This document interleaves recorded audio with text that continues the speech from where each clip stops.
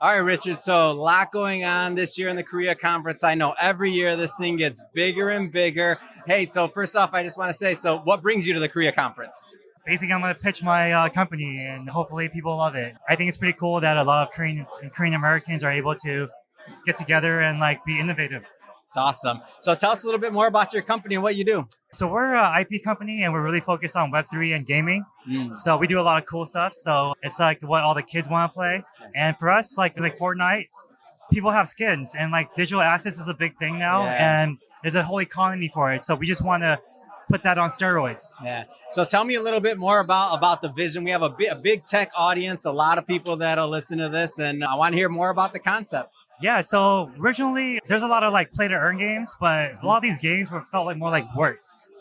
They weren't for the gamers. They weren't from like studios that are true gaming companies. Yeah. So it just like felt like a job. So like none of the incumbents want to take chances, right? Like they don't want to waste money. So like for me, I was like, all right, I will take the chance. And our whole thing was we're gonna make something like for real gamers. Yeah. And then you can make money.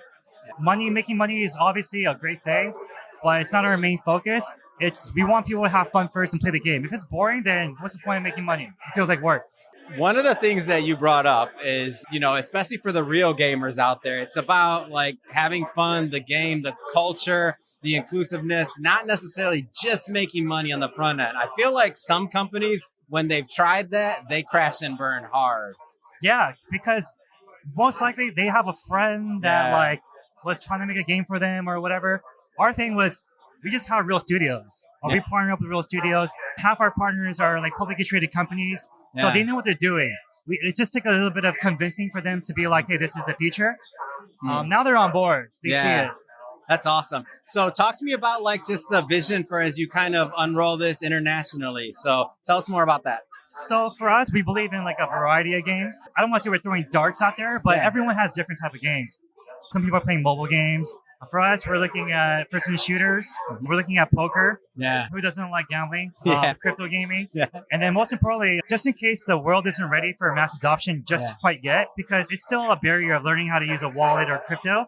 So for us, we're actually coming out with the first PS5 Xbox X game. Oh, wow. That's really NFT themed.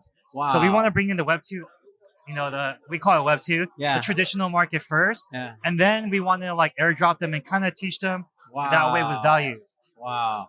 Which long game. So there's a lot of innovation in what you just said. Maybe just one layer deeper. Tell us about what that transition looks like, because there's a lot that was packed in that. Right. So like for me, it's like people want to buy an NFT or a digital asset and it's kind of over.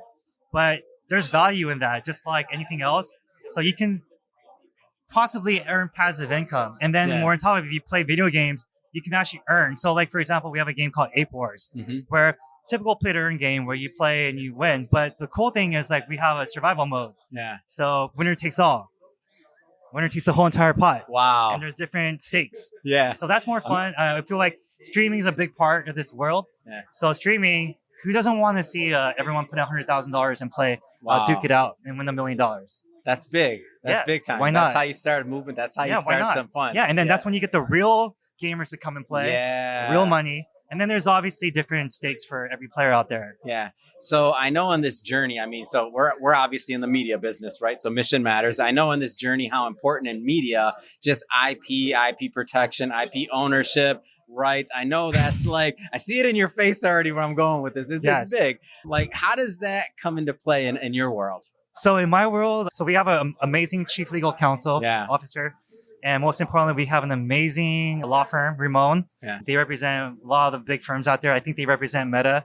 Yeah. So a lot of our cost is trademarking, copywriting, protecting our IP. It's a big one because once you catch wind, you know this. Yep. People start ripping you off. Everybody knows that. Hey, whoever's watching, stay away from that mission matters, okay?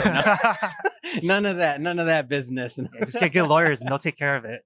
Oh, man. Well, hey, Richard, I believe they're calling you for dinner. We got a lot more in store here. I just want to say thank you for coming on the show, number one. Thanks for having me. But number two, I want you to look into the camera. And if people want to follow this journey, learn more about your company, what's the best way for them? You can go to artinmotionlab.com. Instagram's Art in Motion Lab.